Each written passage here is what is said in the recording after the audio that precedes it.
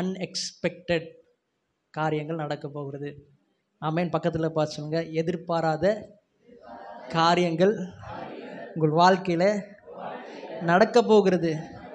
ஏன்னா அவர் கிரகிக்க முடியாத காரியங்களை செய்கிற தேவன். ஆமென். ஹல்லேலூயா. சந்தோஷமா இருக்கிறீங்களா? நம்ம என்ன பார்த்து கொண்டு இருக்கிறோம்? என்ன பார்க்கிறோம்? நம்ம இத்தனை வாரங்கள் நாம் என்ன பார்த்தோம்?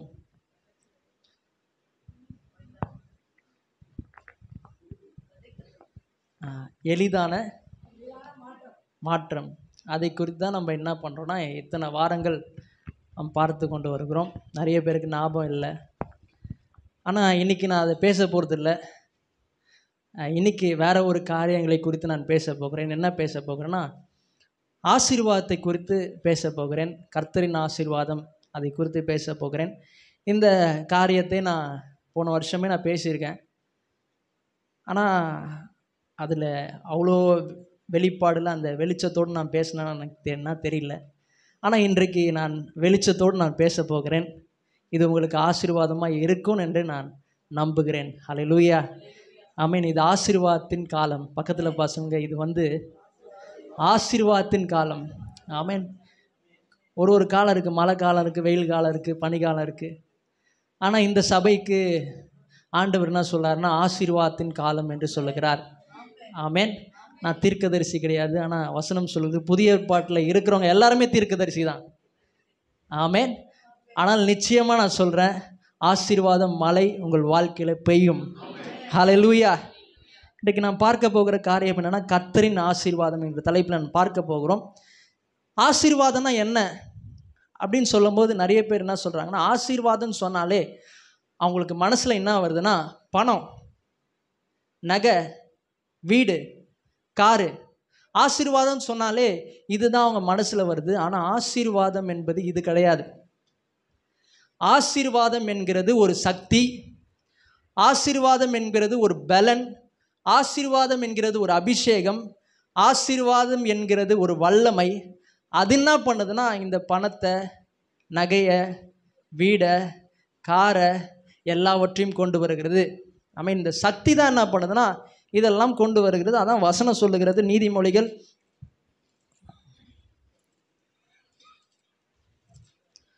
10ஆம் அதிகாரம் 22வது வசனத்தை வாசிக்கலாம்.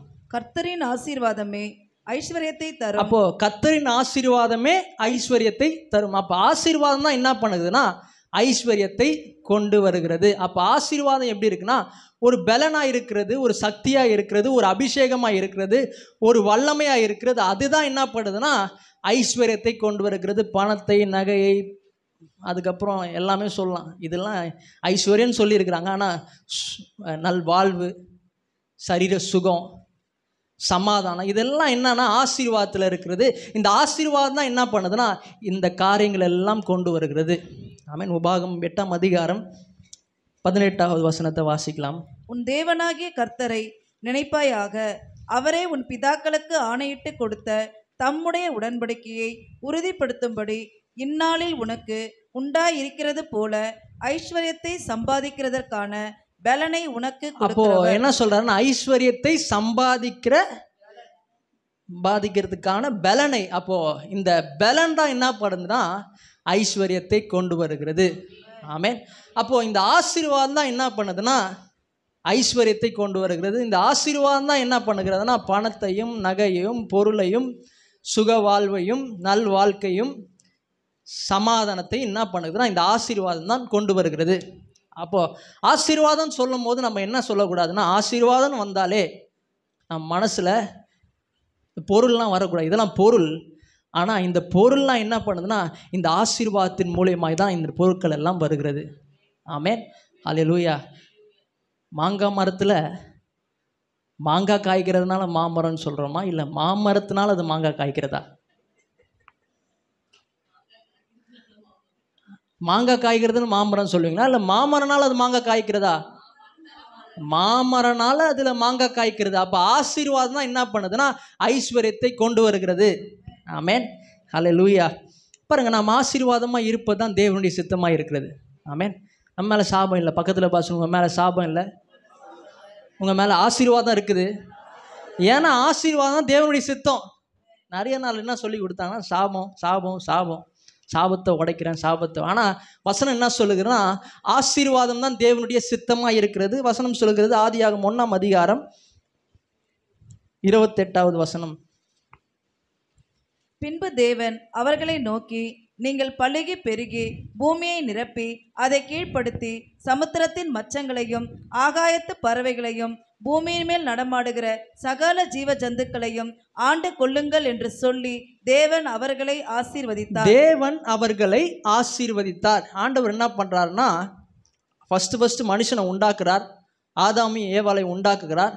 உண்டாக்கி என்ன பண்றாருன்னா காட் பிளஸ்ட்னு வரும். அப்போ ஆண்டவர் என்ன பண்றாருன்னா முதல்ல மனுஷனை ஆண்டவர் என்ன பண்றாருன்னா ஆசீர்வதிக்கிறார். அப்போ மனுக்குலம் ஆசீர்வாதமாக இருப்பது தான் தேவனுடைய சித்தமாய் இருக்கிறது. ஆமென், ஹல்லேலூயா. சரி, அப்போ ஆசீர்வாதம்னா என்னது? அது ஒரு சக்தி. இந்த சக்தி என்ன செய்கிறது அப்படின்னு பார்க்கும்போது இங்கே ஆதியாகமத்தில் நீங்கள் 1ஆம் அதிகாரம் 26வது வசனத்தை வாசிங்க. பாருங்க, எங்கே நம்ம எதை பார்க்கணும்னாலும் எங்கே தான் போனோம்? பாவத்தை குறித்து பார்க்கணும்னாலும் ஆதியாகமாக தான் போனோம். ஆசீர்வாதத்தை குறித்து பார்க்கணும்னாலும் ஆதியாகமாக தான் போனோம். சாபத்தை குறித்து பார்க்கணும்னா ஆதியாகமத்துக்கு தான் போனோம். ரட்சிப்பை குறித்து பார்க்கணும்னா மனுஷனுடைய எல்லாமே பார்க்கணும்னா எங்கே தான் போகணும்னா ஆதியாகமத்துக்கு தான் போனால். அதான் ஒரு கரிக்குலம் இருக்குது. சண்டே கிளாஸ் பிள்ளைங்களுக்கு ஒரு கரிக்குலம் இருக்குது. அது கரிக்குலமில் பேர் என்னன்னா ஆன்சர் இன் ஜெனிசிஸ். அப்போது எல்லா ஆன்சரும் எங்கே தான் இருக்குன்னா ஆதியாகமத்தில் தான் இருக்குது. பக்கத்தில் பசங்க எல்லா ஆன்சரும் ஆதியாகமத்தில் இருக்குது. ஒரு வேளை பைபிள் படிக்காமல் இருந்தீங்கன்னா ஆதியாகமத்திலேருந்து ஸ்டார்ட் பண்ண ஆரம்பிங்க, ஆன்சர் கிடச்சிரும். ஆமென். சரி, வாசிக்கலாம். இங்கே சொல்லுகிறார், பின்பு தேவன் நமது சாயலாகவும் நமது ரூபத்தின்படியேயும் மனுஷனை உண்டாக்குவோமாக, அவர்கள் சமுத்திரத்தின் மச்சங்களையும் ஆகாயத்து பறவைகளையும் மிருக ஜீவன்களையும் பூமி அனைத்தையும் பூமியின் மேல் ஊறும் சகல பிராணிகளையும் ஆள கடவர்கள். இப்ப ஆண்டவர் என்ன பண்றாருன்னா மனுஷனை உண்டாக்குகிறார். எப்படி உண்டாக்குகிறார்னா அவருடைய சாயலின்படி அவருடைய ரூபத்தின்படி மனுஷனை உண்டாக்குகிறார். அப்போ என்ன பண்ணனா அவருடைய சாயலில் உண்டாக்கப்பட்டதுனால நீங்க யாருன்னா எப்படி இருக்கிறீங்கன்னா குட்டி தேவர்களா இருக்கிறீங்க. ஆமே, பக்கத்தில் பார்த்து குட்டி தேவர்கள். ஏன் பக்கத்தில் பார்த்து சொல்கிறேன்னா நீங்கள் ஒரு மாதிரி இருக்கிறீங்க. நான் 3 இடத்துல முடிச்சுட்டு 2 இடத்துல முடிச்சுட்டு வந்து அவங்ககிட்ட பேசுகிறேன். நானே இப்படி பேசுகிறேன், நீங்கள் உம்முன்னு இருக்கக்கூடாது பாருங்கள். அப்போது ஆண்டவர் என்ன பண்ணுறாருன்னா குட்டி தேவர்களை போல நம்மளை படைத்திருக்கிறார். ஆமென். குட்டி தேவர்கள். பக்கத்தில் பார்த்து குட்டி தேவர்கள் இல்லைங்க, தேவன் சொல்லிட்டீங்க. குட்டி தேவன் தான் சொன்னேன், தேவன் உங்களை சொல்லலை. ஆமென். தேவன் அவர், ஆனால் நான் குட்டி தேவன். ஆமென். சிங்கம் அவரு, நான் சிங்க குட்டி. ஹல்லேலூயா. அப்போ ஆண்டவர் என்ன பண்ணுறாருன்னா அவருடைய சாயலின்படி அவருடைய ரூபத்தின்படி மனுஷனை உண்டாக்கி அதுக்கப்புறம் ஆதியாகமம் 1ஆம் அதிகாரம் 27வது வசனத்தில் பார்த்தீங்கன்னா தேவன் தம்முடைய சாயலாக மனுஷனை சிருஷ்டித்தார், அவனை தேவ சாயலாகவே சிருஷ்டித்தார், ஆணும் பெண்ணுமாக அவர்களை சிருஷ்டித்தார். இப்போ எப்படி சிருஷ்டிக்கிறார்னா ஆணும் பெண்ணுமாக சிருஷ்டிக்கிறார். அடுத்த வசனம் வாசிங்க. பின்பு தேவன் அவர்களை நோக்கி, நீங்கள் பலுகி பெருகி பூமியை நிரப்பி அதை கீழ்ப்படுத்தி சமுத்திரத்தின் மச்சங்களையும் ஆகாயத்து பறவைகளையும் பூமியின் மேல் நடமாடுகிற சகல ஜீவ ஜந்துக்களையும் ஆண்டு கொள்ளுங்கள் என்று சொல்லி தேவன் அவர்களை ஆசீர்வதித்தார். தேவன் அவர்களை ஃபர்ஸ்ட் மனுஷனை ஆண்டவர் இங்கே தான் ஆசீர்வதிக்கிறார். இந்த ஆசீர்வாதம் என்ன செய்கிறது அப்படின்னு பார்க்க போனால் இந்த ஆசீர்வாதம் என்ன பண்ணுதுன்னா காட் பிளஸ்ட். அப்புறம் தான் என்ன சொல்கிறாருன்னா பழுகி பெருகி நிரப்பி கீழ்ப்படுத்தி ஆண்டு கொள்ளுங்கள். இந்த இங்கிலீஷ் பைபிளில் வருது. அப்போது ஆசீர்வாதம் என்ன பண்ணுகிறதுனா இந்த சக்தி என்ன பண்ணுகிறதுனா பின்பு தேவன் அவர்கள் நோக்கி நீங்கள் பழுகி, இந்த ஆசீர்வாதம் என்ற சக்தி என்ன செய்கிறதுனா பழுக செய்கிறது. ஆமென். பழுகிறதுனா உடம்பு பழுகிறது இல்லை. நிறைய பேருக்கு உடம்பு பழுகி இருக்கு. அதை சொல்ல பழுகிறதுனா என்னன்னா ஒரு சின்னதாக ஒரு பஞ்சர் கடை வைக்கிறாங்க. ஆனால் ஆண்டவராக இயேசு கிறிஸ்துவை ஏற்றுக்கொண்டவுடனே இந்த பஞ்சர் கடை எப்படி மாறுதுன்னா பிரிட்ஜ் ஸ்டோன் கம்பெனியாக மாறுகிறது. ஆமென். ஹல்லேலூயா. இது என்ன ஆகுதுன்னா பழுகிறது, ஃப்ரூட்ஃபுல்னு வருது, இன்க்ரீஸ்.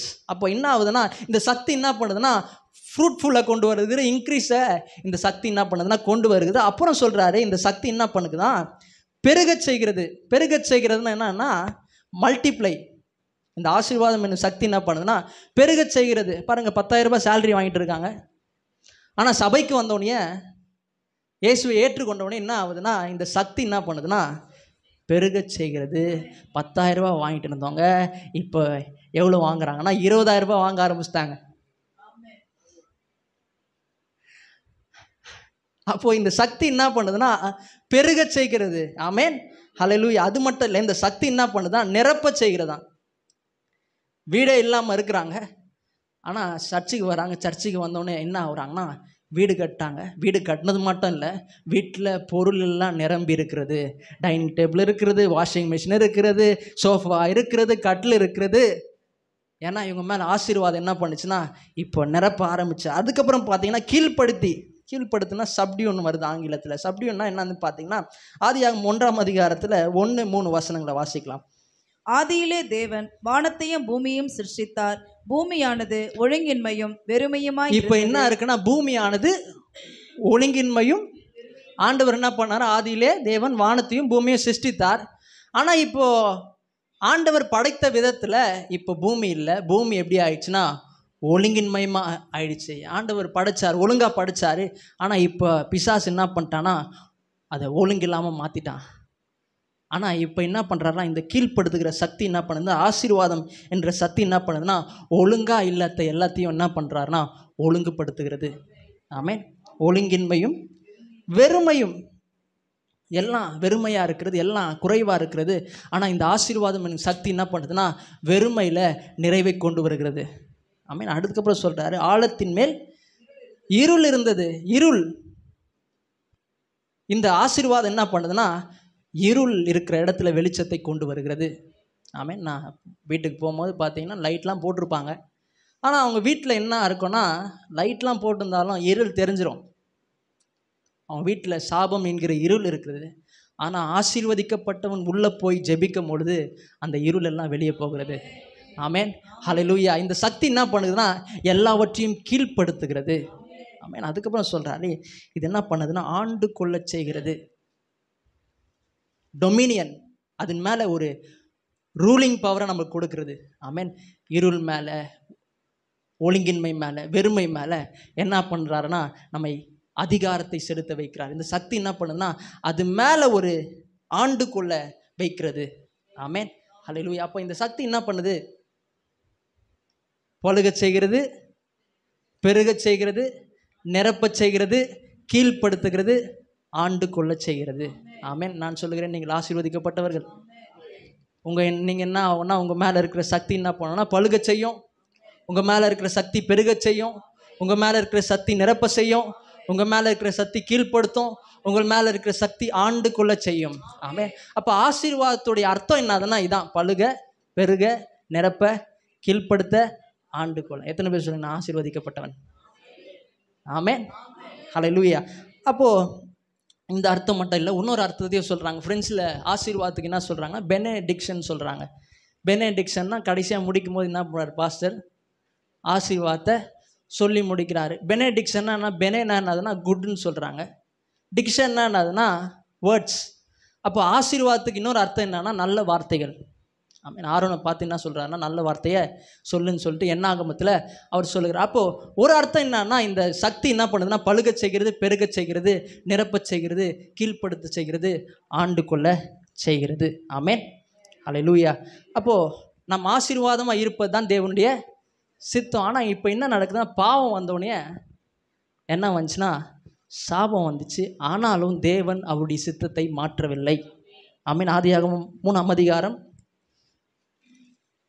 17வது வசனத்தை வாசிங்க. பின்பு அவர் ஆதாமை நோக்கி, நீ உன் மனைவியின் வார்த்தைக்கு செவி கொடுத்து புசிக்க வேண்டாம் என்று நான் உனக்கு விலக்கின விருட்சத்தின் கனியை புசித்தபடியினாலே பூமி உன் நிமித்தம் சபிக்கப்பட்டிருக்கும். இங்க பாருங்க, ஆண்டவர் சொல்றாரு நீ என்ன பண்ணலான்னா ஏதேன் தோட்டத்தில் ஆதாம் ஏவாளை உண்டாக்குறார். உண்டாக்கிட்டு என்ன பண்ணுறான்னு எல்லா விருட்சத்தின் கனியை புசிக்கலாம். ஆனால் ஒன்றை மட்டும் நீ சாப்பிடக்கூடாது. அது என்னன்னா நன்மை தீமை அறியத்தக்க விருட்சத்தின் கனி. இதை புசிக்கிற நாளில் என்ன ஆகிடுவேன்னா செத்து போயிடுவேன். ஆண்டவர் சொன்னார் இவங்க செய்யக்கூடாது. ஆனால் நம்ம என்ன பண்ணுவோம்? எது செய்யக்கூடாதுன்னு சொல்கிறோமோ அதான் பாஸ்டர் சொல்வார், இது செய்யாதம்மா, இது தப்புமா, செய்யாதம்மா, ராங்காக போயிடுமா அப்படி சொல்லுவார். ஆனால் அதுதான் போய் என்ன பண்ணுவோன்னா நம்ம செய்வோம். அதே போல் தான் இந்த ஆதாம் ஏவாள் என்ன பண்ணுறாங்கன்னா, ஆண்டவர் புசிக்கக்கூடாதுன்னு சொன்னார். ஆனால் இவங்க என்ன பண்ணுறாங்கன்னா, அந்த கனியை தான் நீ யார் சொல்கிறது, நான் யார் கேட்குறது. பாவம்னா என்னதுன்னா, ஏதோ விபச்சாரம் பண்ணுறது, ஏதோ வேசித்தனம் பண்ணுறது, ஏதோ குடிக்கிறது, இதெல்லாம் கிடையாது பாவம். பாவம் என்னன்னா, நீங்கள் யார் சொல்கிறது, நான் யார் கேட்குறது, என் வாழ்க்கைக்கு நானே கடவுளாக இருக்கிறேன்னு சொல்கிறது தான் பாவம். ஆமே, ஆண்டவரை கடவுளாக வைங்க. ஹல்லேலூயா. அப்போது இங்கே என்ன நடக்குதுன்னா, இப்போ என்ன பண்ணிட்டாருன்னா, புசித்தபடியினாலே பூமி உன்னிமித்தம் சபிக்கப்பட்டிருக்கும். ஆண்டவர் என்ன பண்ணிட்டார்னா, இப்போது இவன் புசிச்சதுனால என்ன பண்ணுறாருனா, சாபத்தை அவன் மேலே கொண்டு வந்துட்டார். ஆசீர்வாதமாக வச்ச தேவன், ஆனால் இவன் புசிச்சதுனால என்ன வந்துச்சுன்னா சாபம் வந்துச்சு. இந்த சாபம் என்ன செய்கிறது பார்த்தீங்கன்னா, நீ உயிரோடு இருக்கும் நாளெல்லாம் வருத்தத்தோடே அதன் பலனை புசிப்பாய். இது ஆனால் இது என்ன அர்த்தம்னா, நிறைய வேலை செய்வாங்க, கிட்டத்தட்ட 14 மணி நேரம் வேலை செய்வாங்க. 14 மணி நேரம் வேலை செஞ்சாலும் சம்பளம் எவ்வளோ வருதுன்னா, செஞ்சதுக்கு கம்மியாக வருது. அதிக வேலை கொஞ்சம் வருமானம், இப்படிலாம் இருக்கிறீங்கன்னா சாபம் இருக்கிறதுன்னு அர்த்தம். ஆமென். நீ உயிரோடு இருக்கும்னாலும் வருத்தத்தோடே அதன் பலனை புசிப்பா, அது உனக்கு முள்ளும் குறுக்கும் முளைப்பிக்கும் வெளியின் பயிர் வகைகளை புசிப்பாய். அப்போது இது என்ன பண்ணுதுன்னா, முள்ளும் குறுக்கும் உண்டாக்குது. நல்ல சேலரி வாங்கிட்டு வரோம், சேலரி வாங்கிட்டு வரும்போதே என்ன ஆகுதுன்னா, தண்டல்காரனுக்கு போகுது, டக்குன்னு குழந்தைக்கு உடம்பு சரியாமல் ஆகிடுது, டக்குன்னு லோனுக்கு போகுது, கடத்துக்கு போகுது. இதெல்லாம் என்னன்னா சாபம். ஆமென். அப்படிலாம் இருக்குதா கேளுங்க பக்கத்தில் பார்த்து, அப்படிலாம் இருக்கா? மாறும் இயேசுவின் நாமத்தினால். ஆமென். ஹல்லேலூயா. அப்போது இந்த ஆசீர்வாதம் என்ன பண்ணுதுன்னா, பழுக செய்கிறது, பெருக செய்கிறது, நிரப்ப செய்கிறது, கீழ்ப்படுத்துகிறது, ஆண்டு கொள்ள செய்கிறது. ஆனால் சாபம் என்ன பண்ணுதுன்னா, பழுக விடாமல் அதே கடையில் வாழ்க்கை ஃபுல்லாக ஓட்டுறது, பெருக விடாமல் அதே சேலரியை காலம் ஃபுல்லாக வச்சுக்கிறது, நிரப்ப விடாமல் அதே வீட்டில் இருக்கிறது, கீழ்ப்படுத்த விடாமல் அந்த ஒழுங்கின்மை மேலே வெறுமை மேலே ஒரு கீழ்ப்படுத்த விடாமல் ஆண்டு கொள்ள விடாமல் பண்ணுறது தான் என்ன, அதுனா சாபம். ஆமென். ஆனால் நான் ஆசீர்வதிக்கப்பட்டவன். ஹல்லேலூயா. நான் ஆசீர்வதிக்கப்பட்டவன். ஹல்லேலூயா. அப்போது ஆண்டவருடைய சித்தம் என்னது? நாம் ஆசீர்வாதமாக இருப்பது தான் ஆண்டவருடைய சித்தம். ஆனால் சாபம் வந்தாலும் ஆண்டவருடைய சித்தத்தை மாற்றலை. ஆமென். ஆதியாகமம் 3ஆம் அதிகாரம் 24வது வசனத்தை வாசிங்க. அவர் மனுஷனை துரத்திவிட்டு ஜீவ விருட்சத்திற்கு போம் வழியை காவல் செய்ய ஏதேன் தோட்டத்துக்கு கிழக்கே கேருபீன்களையும் வீசி கொண்டிருக்கிற சுடரொளி பட்டயத்தையும் வைத்தார். இப்போ என்ன பண்ணுறாருன்னா, அவர் மனுஷனை துரத்தி விட்டு, பாருங்க, இப்போ என்ன பண்ணுறாருன்னா, நீ சாபத்திலே இருக்கக்கூடாதுன்னு சொல்லிட்டு ஆண்டவர் என்ன பண்ணுறாருன்னா, மனுஷனை ஏதேன் தோட்டத்திலிருந்து அவனை துரத்துகிறார். ஏன் அப்படி துரத்துக்கிறாருன்னா, அங்கே என்ன இருக்குன்னா, ஜீவ விருட்சத்தின் கனி இருக்குது. இந்த ஜீவ விருட்சத்தின் கனியை அவங்க புசிட்டாங்கன்னா நித்தியமாக அவங்க சாபத்தில் இருப்பாங்கன்னு சொல்லிட்டு ஆண்டவர் என்ன பண்ணுறாருன்னா, அந்த இடத்துலேருந்தே, அந்த ஏதேன் தோட்டத்திலேருந்தே மனுஷனை ஆண்டவர் துரத்துகிறார். ஆமென். அது மட்டும் இல்லை, இங்கே சொல்லுகிறார், துரத்தி விட்டு ஜீவ விருட்சத்துக்கு போகும் வழியை காவல் செய்ய ஏதேன் தோட்டத்துக்கு கிழக்கே கேருபீன்களையும் வீசுகிற சுடரொளி பட்டயத்தையும் வைத்தார். ஏன் இதை வைக்கிறார்? ஏன் அங்கே காவலுக்கு வைக்கிறாருன்னா, இந்த கேருபீன்கள் என்ன பண்ணுறாங்கன்னா 24 hours என்ன பண்ணுறாங்கன்னா, அவங்க சுற்றிகிட்டே இருக்கிறாங்க. இந்த வீசுகிற சுடரொளி பட்டயம் என்னன்னா ஒரு ஃபேன் மாதிரி, இதில் யார் உள்ளே போகிறாங்களோ அவங்கள ஒன்றுமே இல்லாமல் ஆக்கிடும். ஏன் அப்படி ஆண்டவர் வச்சாருன்னா, யாரும் இந்த ஜீவ விருட்சத்தின் கனியை போய் புசிக்கக்கூடாது, யாரும் சாபமாக வாழ்நாள் ஃபுல்லாக இருக்கக்கூடாதுன்னு சொல்லிட்டு ஆண்டவர் இதை வைத்தார். ஆமென். நான் சொல்லுகிறேன், ஆண்டவர் நம் ஆசீர்வாதமாக இருப்பது தான் தேவனுடைய சித்தமாக இருக்கிறது. ஆண்டவருக்கு பி ஆப்ஷன்லாம் கிடையாது. ஏ இல்லைன்னா நம்ம என்ன பண்ணுவோம், பிக்கு போயிடுவோம், பி இல்லைன்னா சிக்கு போவோம். ஆனால் ஆண்டவருக்கு ஏ தான். ஆமென். ஏன்னா ஏ தான், ஆசீர்வாதம்னா ஆசீர்வாதம் தான். ஆமென். ஆண்டவர் என்ன பண்ணுறாருன்னா, தீமையை நம்மளே போய் என்ன பண்ணுறோன்னா தீமையை செய்கிறோம், ஆனால் அந்த தீமையும் ஆண்டவர் என்ன பண்ணுறாருன்னா நன்மையாய் மாற்றுகிறார். ஆமென். அது நன்மையாக மாற்றி சொன்னதை நிறைவேற்றுகிறார். ஆமென். அவர் பிழையற்றவர், சொல்லில் பிழையற்றவர். அவர் சொன்னார்னா நிச்சயமாக செய்வார். ஆமென். ஹல்லேலூயா. இந்த ஆசீர்வாதத்தை, இந்த ஆதாம் ஏவாள் இழந்த ஆசீர்வாதத்தை யாருக்கு கொடுக்குறாருன்னா நோவாக்கு கொடுக்குறார். ஆதியாகமம் 9ஆம் அதிகாரம் 1வது வசனத்தை வாசிக்கலாம். பின்பு தேவன் நோவாவையும் அவன் குமாரரையும் ஆசீர்வதித்து, நீங்கள் பலுகி பெருகி பூமியை நிரப்புங்கள். இப்போ என்ன பண்றாருன்னா, அதே போல எப்படி ஆதாமும் ஏவாளையும் ஆண்டவர் ஆசீர்வதிச்சாரோ அதே போல என்ன பண்றாருன்னா நோவாவை ஆசீர்வதிக்கிறார். பின்பு தேவன் நோவாவையும் அவன் குமாரனை ஆசீர்வதித்து, நீங்கள் பலுகி பெருகி பூமியை நிரப்பி. அப்போ இந்த ஆசீர்வாதம் சொல்லிட்டு என்ன பண்றாருன்னா பலுகி பெருகி பூமியை. அப்போ இந்த சக்தி என்ன பண்ணுதுன்னா பழுக செய்கிறது, பெருக செய்கிறது. பாருங்க, ஆசீர்வதிக்கப்பட்டவன் சொல்லும் போதே இதெல்லாம் அவங்க மைண்டில் வரணும். பழுகிறது, பெருகிறது, நிரப்புறது, நல்லா நகை போடுறது, கார் வாங்கிறது, வீடு கட்டுறது, பிள்ளைங்க நல்லா இருக்கிறது, இதெல்லாம் என்னன்னா பெருகிறது, நிரப்புறது. ஆமேன். ஆசீர்வதிக்கப்பட்டவங்களாம் இப்படி தான் இருக்கணும். ஆமேன். ஆசீர்வாதம் சொல்லும் போதே, நான் ஆசீர்வதிக்கப்பட்டவன் சொல்லும் போதே என்ன வந்துன்னா பழுகிறது, பெருகிறது, நிரப்புறது, கீழ்ப்படுத்துறது, ஆண்டு கொள்வது அப்படின்னு வந்துடணும். ஆமேன். ஹல்லேலூயா. இந்த ஆதாம் ஏவாள் இழந்த ஆசீர்வாதத்தை இப்போ யாருக்கு கொடுக்குறாருன்னா நோவாக்கு கொடுத்தாரு. இப்போ அது ஆசீர்வாதத்தை யாருக்கு வருதுன்னா ஆபிரகாமுக்கு வருகிறது. 12ஆம் அதிகாரம் 2-3 வாசிங்க. நான் உன்னை பெரிய ஜாதியாக்கி, நான் உன்னை பெரிய ஜாதியாக்கி, எல்லாரும் பாருங்க, உன்னை ஆசீர்வதித்து, உன்னை ஆசீர்வதித்து, உன் பேரை பெருமைப்படுத்துவேன், உன் பேரை பெருமைப்படுத்துவேன், நீ ஆசீர்வாதமாய் நீ ஆசீர்வாதமாய் இருப்பாய், உன்னை ஆசீர்வதிக்கிறவர்களை, உன்னை ஆசீர்வதிக்கிறவர்களை ஆசீர்வதிப்பேன், ஆசீர்வதிப்பேன், உன்னை சபிக்கிறவனை, உன்னை சபிக்கிறவர்களை சபிப்பேன், சபிப்பேன், பூமியில் உள்ள வம்சங்கள் எல்லாம் உனக்குள் ஆசீர்வதிக்கப்படும் என்றார். பாருங்க, ஆசீர்வதித்து ஆசீர்வாதமாய் ஆசீர்வதிக்கிறவர்களை ஆசீர்வதிப்பேன், ஆசீர்வதிக்கப்படும். எத்தனை ஆசீர்வாதம் பாருங்க. 5 வாட்டி சொல்லிட்டார். ஆனால் நம்ம என்னதான் சொல்றோம்னா சாபம் சாபம் சாபம் சாபம். ஆனால் ஆண்டவர் என்ன சொல்றாருன்னா 5 வாட்டி என்ன பண்றேன்னா ஆசீர்வதிக்கிறேன். ஏன்னா நம்ம ஆசீர்வாதமாக இருப்பது தான் தேவனுடைய சித்தமாக இருக்கிறது. ஆமேன். பக்கத்தில் பார்த்து நீங்கள் ஆசீர்வாதமாக இருப்பது தான் தேவனுடைய சித்தம். சாபம் உங்கள் மேலே இல்லை, உங்கள் மேலே இருக்கிறது ஆசீர்வாதம். ஆமேன். சரி, இந்த ஆசீர்வாதம் எனக்கு சக்தி. இப்போ ஆபிரகாம் ஆசீர்வதிச்சிருக்கிறார். இந்த ஆசீர்வாதம் சக்தி ஆபிரகாமுடைய வாழ்க்கையில் எப்படி வேலை செய்யுது அதை நம்ம பார்க்க போகிறோம். இதில் ஃபஸ்ட்டு வசனத்துலேருந்து நான் வாசிக்கலாம். ஆதியாகமம் 12ஆம் அதிகாரம் 1-3 வாசிக்கலாம். கர்த்தர் ஆபிரகாமை நோக்கி, நீ உன் தேசத்தையும் உன் இனத்தையும் உன் தகப்பனுடைய வீட்டையும் விட்டு புறப்பட்டு நான் உனக்கு காண்பிக்கும் தேசத்துக்கு போ. நான் இப்போ ஆபிரகாமுக்கு ஆண்டவர் சொல்றார், கர்த்தர் ஆபிரகாமை நோக்கி நீ உன் தேசத்தையும் உன் இனத்தையும் உன் தகப்பனுடைய வீட்டையும் விட்டு புறப்பட்டு நான் உனக்கு காண்பிக்கும் தேசத்துக்கு போ. ஆண்டவர் சொன்னாரா எந்த தேசத்துக்கு போனோன்னு?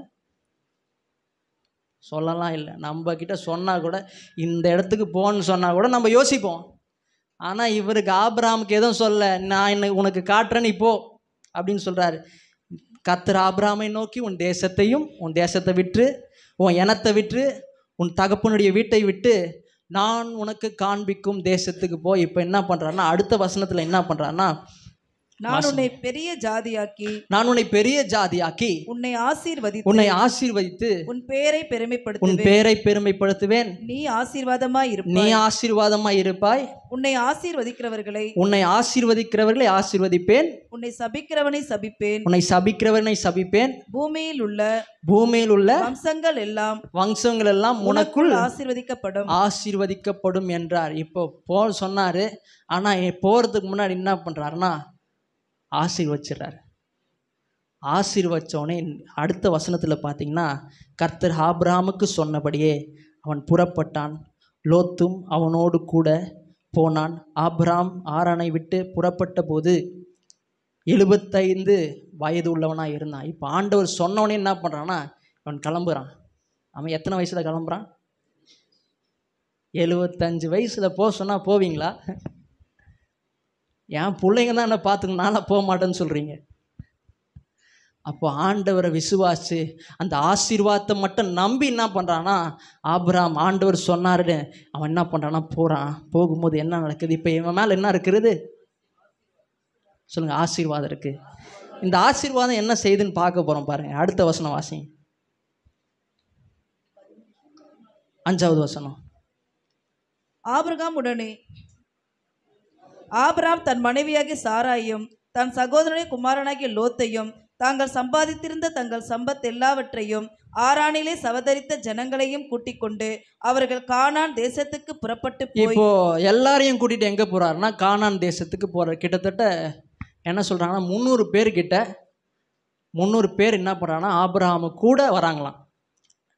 எதை வச்சு வராங்க? ஒன்னே ஒன்றுதான், ஆசீர்வாதம். அடுத்தது வாசிங்க. ஆபிராம் அந்த தேசத்திலே சுற்றி திரிந்து சீகேம் என்னும் இடத்துக்கு சமீபமான மோரே என்னும் சமபூமி மட்டும் வந்தான். அக்காலத்திலே கானானியர் அத்தேசத்தில் இருந்தார்கள். கர்த்தர் ஆபிரகாமுக்கு தரிசனமாகி உன் சந்ததிக்கு இந்த தேசத்தை கொடுப்பேன் என்றார். அப்பொழுது அவன் தனக்கு தரிசனமான கர்த்தருக்கு அங்கே ஒரு பலிபீடத்தை கட்டினான். இப்போ இந்த கானான் தேசத்துக்கு வந்தவனே ஆண்டவர் என்ன சொல்றாருன்னா, இந்த கானான் தேசத்தை நான் உனக்கு என்ன பண்ண போறேன்னா கொடுக்க போறேன்னு சொன்னோடனே அங்கே என்ன பண்ணான்னா அவன் ஆண்டவருக்கு ஒரு பலிபீடத்தை அவன் செலுத்துகிறான். அடுத்தது வாசிங்க.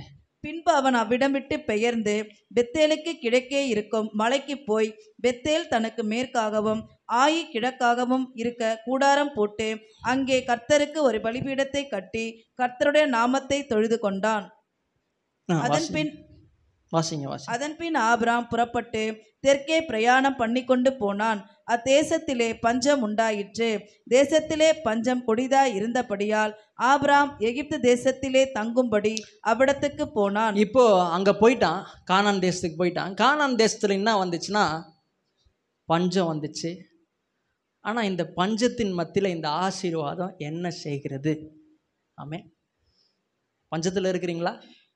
நெருக்கத்தில் இருக்கிறீங்களா? கஷ்டத்தில் இருக்கிறீங்களா? குறைவில் இருக்கிறீங்களா? நான் சொல்லுகிறேன், உங்கள் மேலே ஆசீர்வாதம் இருக்கிறது. அந்த ஆசீர்வாதம் என்ன செய்யுதுன்னு பார்க்க போகிறோம். அடுத்த வசனம் வாசிங்க. அத்தேசத்தில் அவன் எகிப்துக்கு சமீபமாய் வந்தபோது தன் மனைவி சாராயை பார்த்து, நீ பார்வைக்கு அழகுள்ள ஸ்ரீ என்று அறிவேன். இப்போ என்ன சொல்கிறாருன்னா, நீ ரொம்ப ரொம்ப அழகாக இருக்கிற. எப்பவுமே காலையிலேன்னு என்ன பண்ணோம்னா இந்த ஆபிரகாம் சொல்கிறது கூட தான் நீங்கள் சொல்லணும். ஒய்ஃபை பார்த்து என்ன சொன்னால், ரொம்ப ரொம்ப அழகே இல்லைனாலும் அழகாக இருக்கிறேன்னு சொல்லணும்.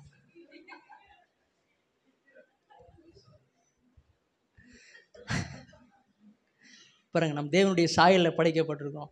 நம்ம எல்லாருமே அழகு தான். ஹல்லேலூயா. அப்போ இவன் என்ன சொல்கிறான்னா,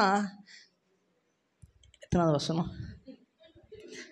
14வது வசனம். ஆபிரகாம் எகிப்தில் வந்தபோது எகிப்தியர் அந்த ஸ்திரீயை இல்லை 11வது வசனம். அவன் எகிப்துக்கு சமீபமாய் வந்தபோது தன் மனைவி சாரலை பார்த்து, நீ பார்வைக்கு அழகுள்ள ஸ்திரீ என்று அறிவேன். இப்போ என்ன சொல்கிறான்? நீ ரொம்ப ரொம்ப அழகா இருக்கிறேன்னு எனக்கு தெரியும். அப்புறம் என்ன சொல்றாருன்னா, எகிப்தியர் உன்னை காணும் போது இவள் அவனுடைய மனைவி என்று சொல்லி என்னை கொன்று போட்டு உன்னை உயிரோடே வைப்பார்கள். இப்போ என்ன சொல்லுவாங்கன்னா, நீ வந்து என்னுடைய ஒய்ஃப்னு சொல்லிட்டேன்னா இந்த எகிப்தியர் இந்த பார்வன் என்ன பண்ணுவான்னா, நீ ரொம்ப அழகா இருக்கிறன்னு சொல்லிட்டு என்ன பண்ணுவான்னா, உன்னை தூக்கின்னு போயிட்டு என்னை கொலை செஞ்சிருவான் அப்படின்னு சொல்றாரு. அடுத்தது வாசிங்க. ஆகையால் உன் நிமித்தம் எனக்கு நன்மை உண்டாகும் படிக்கும், உன்னாலே என் உயிர் பிழைக்கும் படிக்கும், நீ உன்னை என் சகோதரி என்று சொல் என்றான். இப்போ என்ன சொல்றாருன்னா, எப்பா நன்மை வரணும், நானும் என்ன தப்பிச்சணும், உயிர் பிழைக்கணும். ஆனாலும் என்ன பண்ணுறான், நீ என்ன சகோதரி என்று சொல்லிடு, சகோதரி என்று சொல் என்றார். பாருங்க, ஆக்ட் பண்ண சொல்றாரு. நடிக்கலாமா, ஆக்ட் பண்ணலாமா அப்படிலாம் கேட்டிங்கன்னா எனக்கு தெரியாது. ஆனால் ஆக்ட் பண்ணுறதுனால என்ன ஆக போகுதுன்னு பாருங்கள். அடுத்தது வாசிங்க. ஆபிராம் எகிப்திலே வந்தபோது எகிப்தியர் அந்த ஸ்திரீயை மிகுந்த அழகுள்ளவள் என்று கண்டார்கள். இப்போ ரொம்ப அழகா இருக்கிறா, சாரால் ரொம்ப அழகா இருக்கிறான்னு சொல்லிட்டு என்ன பண்ணுறாங்கன்னா எகிப்தியர் பார்க்குறாங்க. அடுத்தது, பார்வனுடைய பிரபுக்களும் அவளை கண்டு பார்வனுக்கு முன்பாக அவளை புகழ்ந்தார்கள். இப்போ பிரபுக்கள் எல்லாம் என்ன பண்ணுறாங்கன்னா, பார்வோனுக்கு முன்பாக போயிட்டு, ஒரு பொண்ணு எகிப்து கானான் தேசத்துலேருந்து வந்திருக்கிறா, அவர் ரொம்ப எப்படி இருக்கிறான்னா அழகாக இருக்கிறான்னு சொல்லிட்டு என்ன பண்ணுறாங்கன்னா பார்வோனுக்கு முன்பாக ரொம்ப புகழுகிறாங்க. புகழ்ந்தவனே பார்வோன் பாருங்க, கானான்லேருந்து எதனா ஒரு அழகான ஸ்திரீ வந்தால் அவர் விட மாட்டார். ஸோ என்ன பண்ணுறாருன்னா, கூட்டிட்டு வான்னு சொல்லிட்டு அடுத்த வசனம் சொல்கிறாரு, வாசிங்க. அவன் நிமித்தம் அவன் ஆபிரகாமுக்கு தயை பாராட்டினான். அவனுக்கு ஆடு மாடுகளும் கழுதைகளும் வேலைக்காரரும் வேலைக்காரிகளும் கோழிகை கழுதைகளும் ஒட்டகங்களும் கிடைத்தது. இப்போ அந்த அரண்மனைக்கு போனவனைய கொண்டு போகப்பட்டவனைய அவள் நிமித்தம், அவள் யாரு? ஆபிரகாமுடைய மனைவி. ஆபிரகாம் யாரு? ஆசீர்வதிக்கப்பட்டவன். அவங்க மனைவி யாரு? அவள் நிமித்தம், அந்த ஆசீர்வாதத்தின் நிமித்தம் என்ன ஆகுதுன்னா தயை பாராட்டினான். தயை பாராட்டினா அவனுக்கும் அவளுக்கும் ஆடு மாடுகளும் கழுதைகளும் வேலைக்காரர்களும் கோழியை கழுதைகளும் ஒட்டகங்களும் கிடைத்தது. பாருங்க என்ன பண்ணுறான்னா மச்சானுக்கு ஆபிரகாமுக்கு என்ன பண்ணுறாருன்னா, மச்சான் நம்மளுக்கு ரொம்ப உதவி செய்கிறான்னு சொல்லிட்டு என்ன பண்ணுறாருன்னா எல்லாத்தையும் கொடுக்குறாரு. ஆனால் மச்சானை பற்றி தெரில அவருக்கு. மச்சான் யாருன்னு தெரில. என்ன பண்ணுறா, எல்லாத்தையும் கொடுத்துட்டாரு. அப்புறம் என்ன ஆகுதுன்னா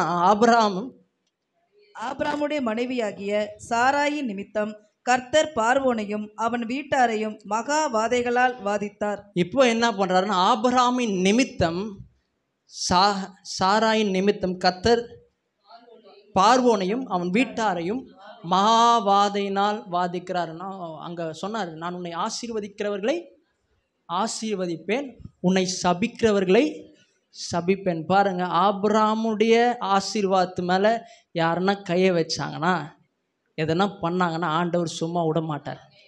ஆமேன். சபிக்கிறவர்களை சபிப்பார். எதனா உங்களுக்கு வந்துச்சுன்னா நான் சொல்லுகிறேன், அது ஒன்றும் இல்லாமல் போயிடும்.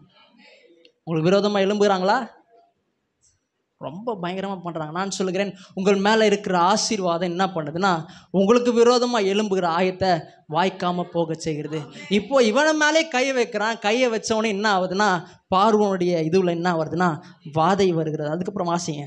அப்பொழுது பார்வோன் ஆபிரகாமை அழைத்து, நீ எனக்கு ஏன் இப்படி செய்தாய்? இவள் உன் மனைவி என்று நீ எனக்கு அறிவியாமற் போனதென்ன? ஏன்பா இப்படி செஞ்ச? நீ சொல்லியிருக்கலாம்ல, மனைவின்னு சொல்லியிருந்தா நான் கை வச்சிருக்க மாட்டேன்னு சொல்லிட்டு என்ன பண்ணுறாருன்னா பார்வோன் ஆபிரகாமை என்ன பண்ணுறாருன்னா கேட்கிறார். அதுக்கப்புறம் வாசிங்க. இவளை உன் சகோதரி என்று நீ சொல்ல வேண்டுவது என்ன? இவளை நான் எனக்கு மனைவியாக கொண்டிருப்பேனே. நீ சொல்லாமல் இருந்ததுதானா என்ன பண்ணிருப்பேன்னா நான் மனைவி ஆக்கிட்டு இருப்பேன்ப்பா அப்படின்னு சொல்கிறார். இதோ உன் மனைவி, இவளை அழைத்து கொண்டு போ என்று சொன்னான். இப்போ என்ன சொல்கிறாருன்னா, நீ கூட்டிகிட்டு போயிடு, எனக்கு வேணாம், என்ன வந்துச்சுன்னா பிரச்சனை வந்துச்சு, நீ என்ன பண்ணனா கூட்டிகிட்டு போயிடு, மனைவியை கூட்டிகிட்டு போயிடுன்னு சொல்கிறார். அடுத்த வசனம் வாசிங்க. பார்வோன் அவனை குறித்து தன் மனுஷருக்கு கட்டளை கொடுத்தான். அவர்கள் அவனையும் அவன் மனைவியையும் அவனுக்கு உண்டான எல்லாவற்றையும் அனுப்பிவிட்டார்கள்.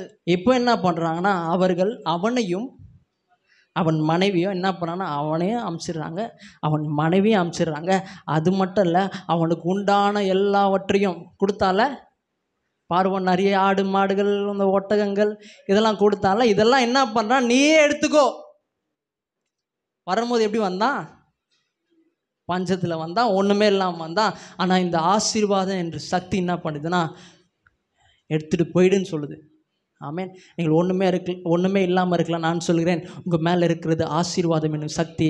இது என்ன பண்ணுன்னா எல்லாவற்றையும் கொண்டு வரும். உங்களுக்கு தயவு வரும், உங்களுக்கு கிருபை வரும். உங்களுக்காக யாருன்னா ஒருத்தர் ஆண்டவர் வச்சிருப்பாரு. ஆமேன். ஹல்லேலூயா. அதுக்கப்புறம் வாசிங்க. ஆபிரகாமும் அவன் மனைவியும் அவனுக்கு உண்டான யாவும் அவனுடனே லோத்தும் எகிப்தை விட்டு தென் திசையில் வந்தார்கள்.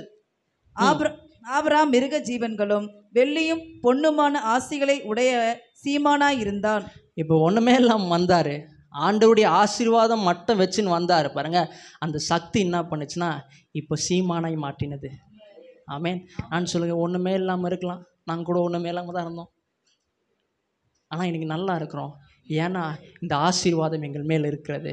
இந்த ஆசீர்வாதம் என்ன பண்ணோன்னா நம்மளை எக்ஸ்ட்ரீம்லி ரிச்சாக மாற்றிடும். சீமானாக இருந்தான்னா சொல்கிறார், உடைய சீமானாக இருந்தான் அப்படின்னா என்னதுன்னா ஆங்கிலத்தில் எப்படி போட்டிருக்காங்கன்னா எக்ஸ்ட்ரீம்லி ரிச்சு. பணம் கொட்டுன்னு கொட்ட போகுது, நகை வரப்போகிறது, கார் வரப்போகிறது, வீடு வரப்போகிறது. அதான் எக்ஸ்ட்ரீம்லி ரிச்சு. ஆமேன். உங்கள் மேலே இருக்கிற ஆசீர்வாதம் இன்னைக்கு ஒன்றுமே இல்லாமல் இருக்கலாம். நான் சொல்லுகிறேன், உங்கள் மேலே இருக்கிற ஆசீர்வாதம் எல்லாவற்றையும் கொண்டு வரும்.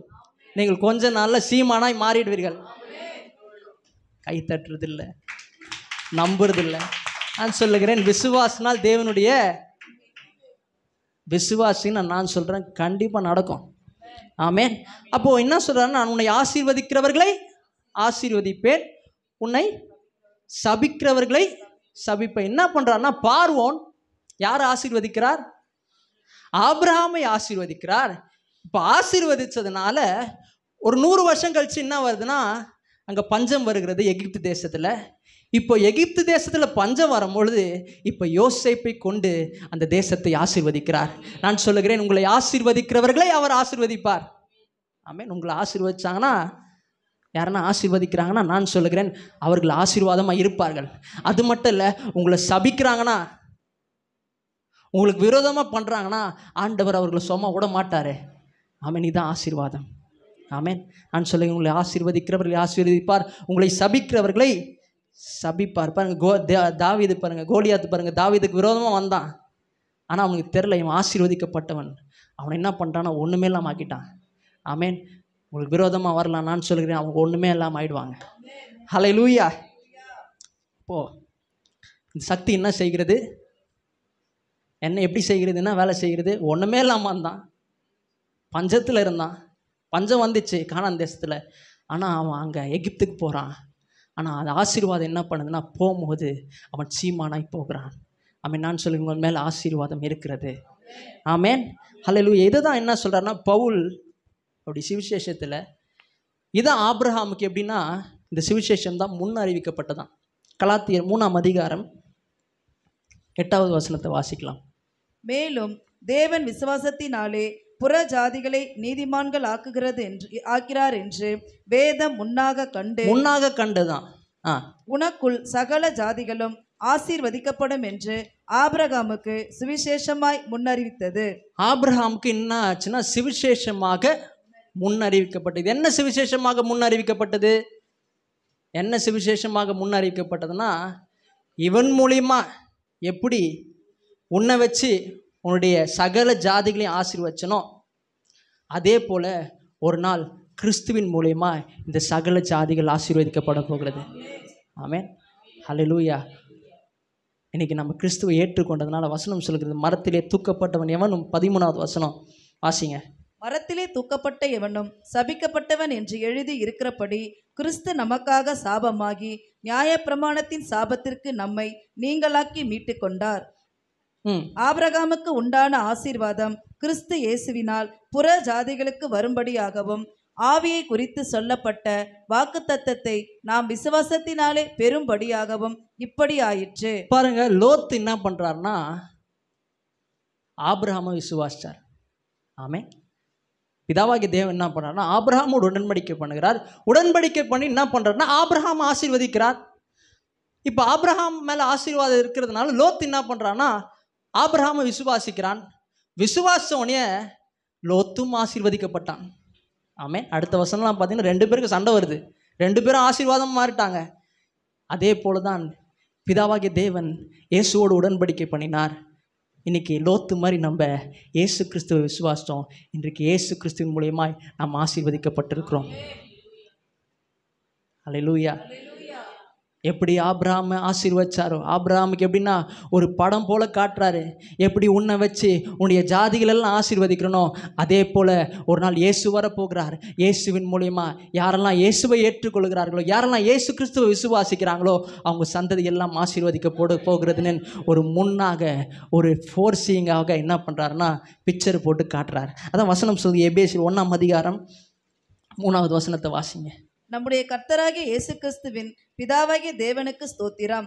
அவர் கிறிஸ்துவுக்குள் உன்னதங்களிலே ஆவிக்குரிய சகல ஆசீர்வாதத்தினாலும், அவர் கிறிஸ்துவுக்குள் உன்னதங்களிலே சகல ஆவிக்குரிய சகல ஆசீர்வாதத்தினாலும் ஆசீர்வதித்து இருக்கிறார். அவரை பார்த்து என்ன சொல்றாருன்னா, பூமியுள்ள வம்சங்கள் எல்லாம் உனக்குள் ஆசீர்வதிக்கப்பட்டு இருக்கிறோம் சொன்னாரு.